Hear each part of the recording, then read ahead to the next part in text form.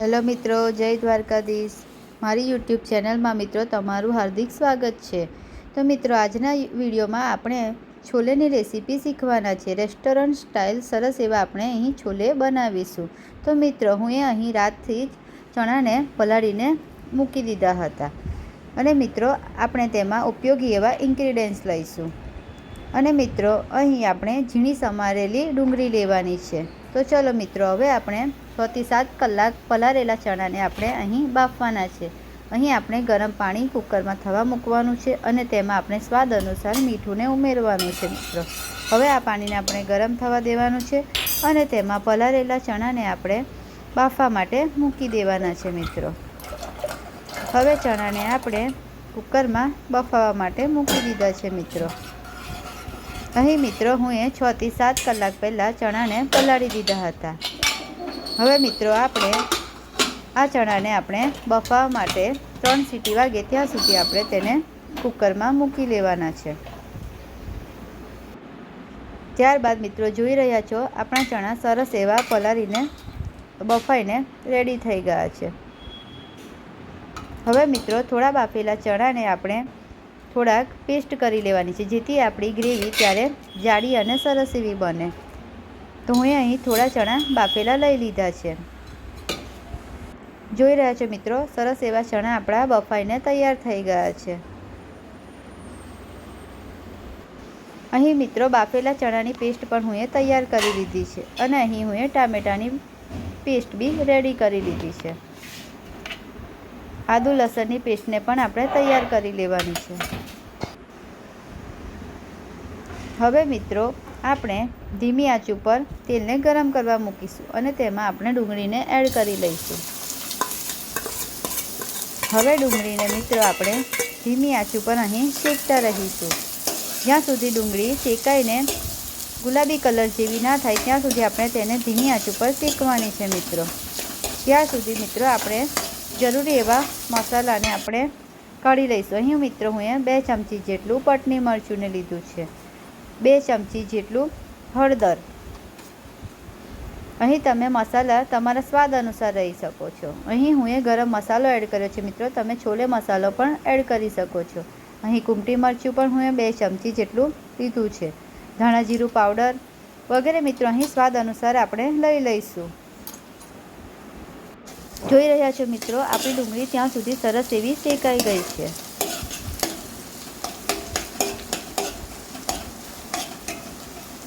હવે મિત્રો તેમાં આપણે તમાલપત્રને એડ કરી લઈશું અને તેમાં આપણે જીરું એડ કરીશું।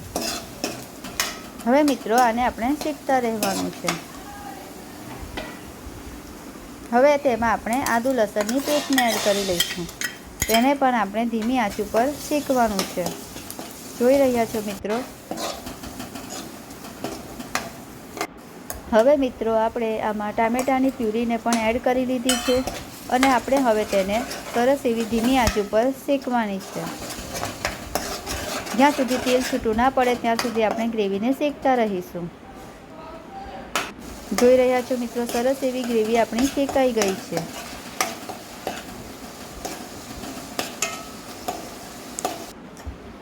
હવે મિત્રો આપણે તેમાં જરૂરી એવા મસાલાને આપણે એડ કરી લઈશું અને આપણે તેને ધીમી આંચ ઉપર શેકતા રહેવાનું છે અને અહીં સ્વાદ અનુસાર મિત્રો મીઠું એડ કરી લેવાનું છે। હવે મિત્રો ગ્રેવીને સરસ એવી આપણે તેને ધીમી આંચ ઉપર શેકવાની છે।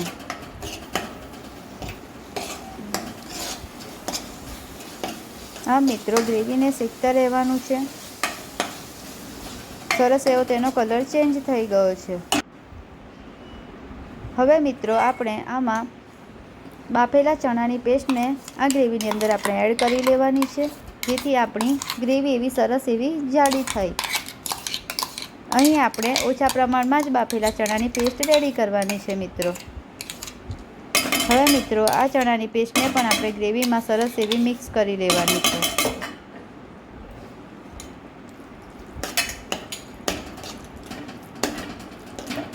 ધીમી આંચ ઉપર મિત્રો આપણે તેને સરસ એવી મિક્સ કરતા રહેવાનું છે।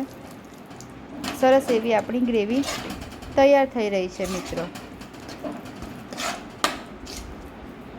તમે જોઈ રહ્યા છો મિત્રો, સરસ એવી ગ્રેવી આપણી તૈયાર થઈ ગઈ છે. હવે મિત્રો આપણે તેમાં બાફેલા ચણાને એડ કરી લઈશું અને સરસ રીતે તેને ગ્રેવીમાં મિક્સ કરી લેવાના છે મિત્રો. જોઈ રહ્યા છો મિત્રો, સરસ એવી ગ્રેવીમાં આપણા બાફેલા ચણા એડ કરી લીધા છે. હવે મિત્રો આપણે તેમાં 1 વાડકી જેટલું અહીં પાણી એડ કરી લઈશું. અહીં મિત્રો આપણે જાડી ગ્રેવી રાખવાની છે, જેથી વધારે પડતું પાણી લેવાનું નથી. હવે સરસ રીતે મિત્રો તેને પાણી નાખીને આપણે મિક્સ કરી લેવાનું છે. હવે મિત્રો આપણે તેને 5 મિનિટ સુધીને બંધ કરીને શેકાવા દઈશું. 5 મિનિટ સુધી આપણે તેને થવા દઈશું મિત્રો. જોઈ રહ્યા છો મિત્રો, સરસ એવી આપણી ગ્રેવી જાડી સાથે આપણા છોલે તૈયાર થઈ ગયા છે મિત્રો. આમ મિત્રો આપણે સરસ એવા છોલે બનાવી લીધા છે મિત્રો.